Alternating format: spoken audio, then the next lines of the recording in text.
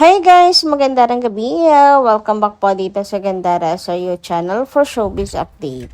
Andito na naman nga po akong muli nagbabalik. Ang nagmamaganda ninyo kachismosang Kim Pao, wala na pong iba. Ang lokaret na si Gandara upang maghatid sa inyo ng latest update and fresh happenings patungkol kina Kim Chiu and Paolo Avellino. And para nga sa gabing ito, ang atin pong tatalakayin at pag-uusapan ay may kinalaman dito sa ilang mga kaganapan sa Showtime kanina. And syempre, itong pang-ano na naman po ni Vice, paglalatag ng katotohanan ni Vice Ganda.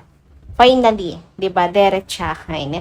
Pero bago po ang lahat, sa mga hindi pa nakasubscribe sa ating channel, maaari lamang na pindutin po ninyo ang subscribe button natin at notification bell na riyan sa baba upang kayo ay maging updated po at ma-notify tuwing may bago tayong chika at balita hinggil sa Kim Pao.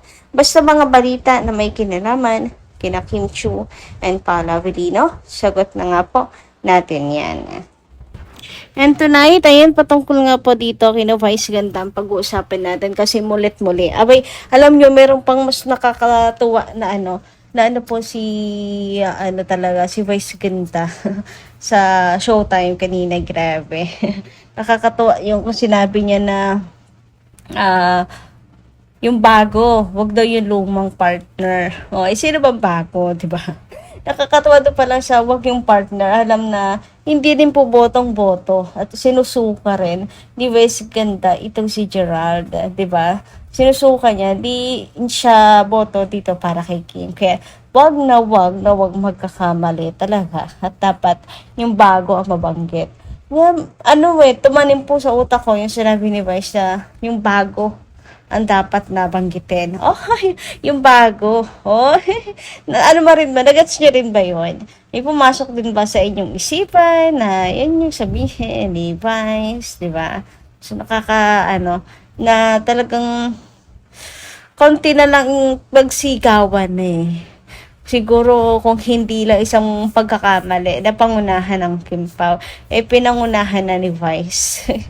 Rin ako kasi si Vice kasi mahilig yan minsan ay yung feeling entitled. Pero pagdating kina Kim, kina Paolo, hindi niya pinapangunahan. Tamang bigay lang din po talaga siya ng ayuda. So, siyang nakakatawa. Tapos ito si Kim Chiu muli nagbabalik kung saan nga po siya nagsimula rin.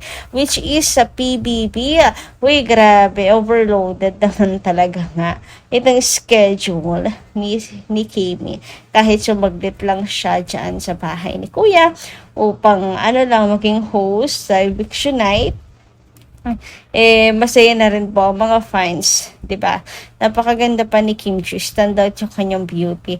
So ito yung ilan sa mga kaganapan kanina sa PBB. So sino dito nanood at nagabang para mapanood po si Kim at si Kimi.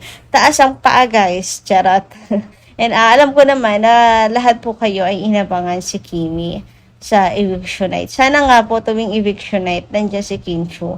Kung hindi po siya busy, o sa bagay mukhang tapos naman na po ang taping ng Daddy Pai, wala na silang kasinong trabaho, kaya may time na si Kim for this. Sana sa sunod may time din naman po sila ni Paolo sa Discord. Huy, grabihan. Samantala, dumako naman tayo dito sa ilang mga reaction at komento ng mga kakimpaw natin hinggil sa nagdaan nating mga balita. So, shoutout po kay Ma'am Vivian Karaig, ayon sa kanya. Thanks, Mr. Magic Management, for taking steps to put legal on Kim's life. Lahat ng mga nagkakasala po, action agad. God bless us all. And huwag pong hayaan na mayurakan talaga at apakapakan po ang pagkatao ni Kim Chiu na para anong dali lang po sa kanila para apakapakan itong si Kimi na wala naman pong ginawang masama si Kim Chiu, diba? So, dapat lang talaga na ingatan po at bigyan ng aksyon ang anuman po na pagbabanta, anuman pong pang lalait na below the belt na po kay Kimi. So, nagpaka-loyal po si Kim Chiu sa kanila. So, nawa ay ibigay din nila yung loyalty kay Kim Chiu. 'Di ba? Ibalik din po nila, halagahan po nila, pahalagahan. Give and take lang po. Samantala, ayon naman dito kay Ma'am Adelaida Makin.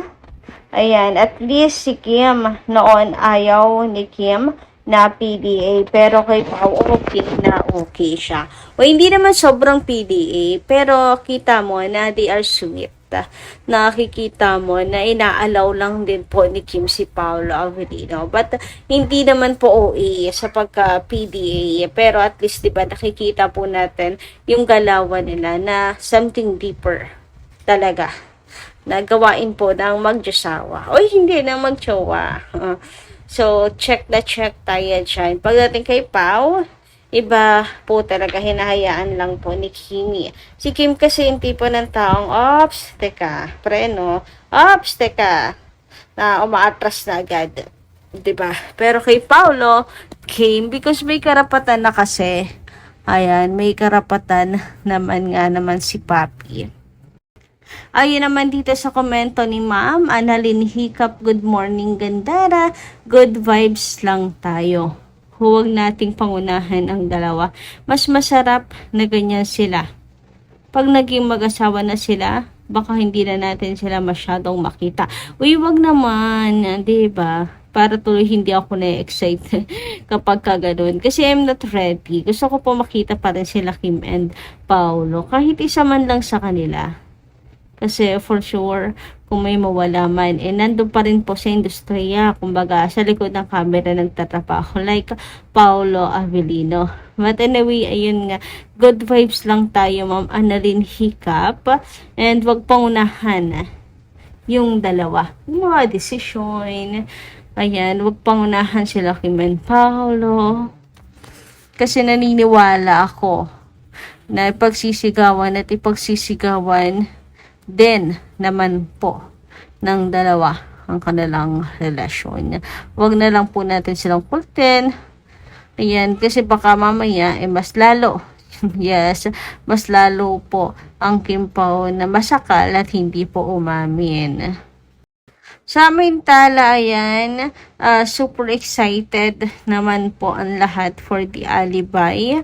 And ang marupok ni pa marupok po na Vincent ay atin na pong masaksihan.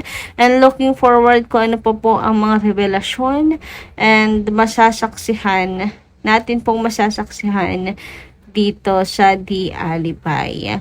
Samantala, inulan naman nga po si Kimi pagpunta sa PBB.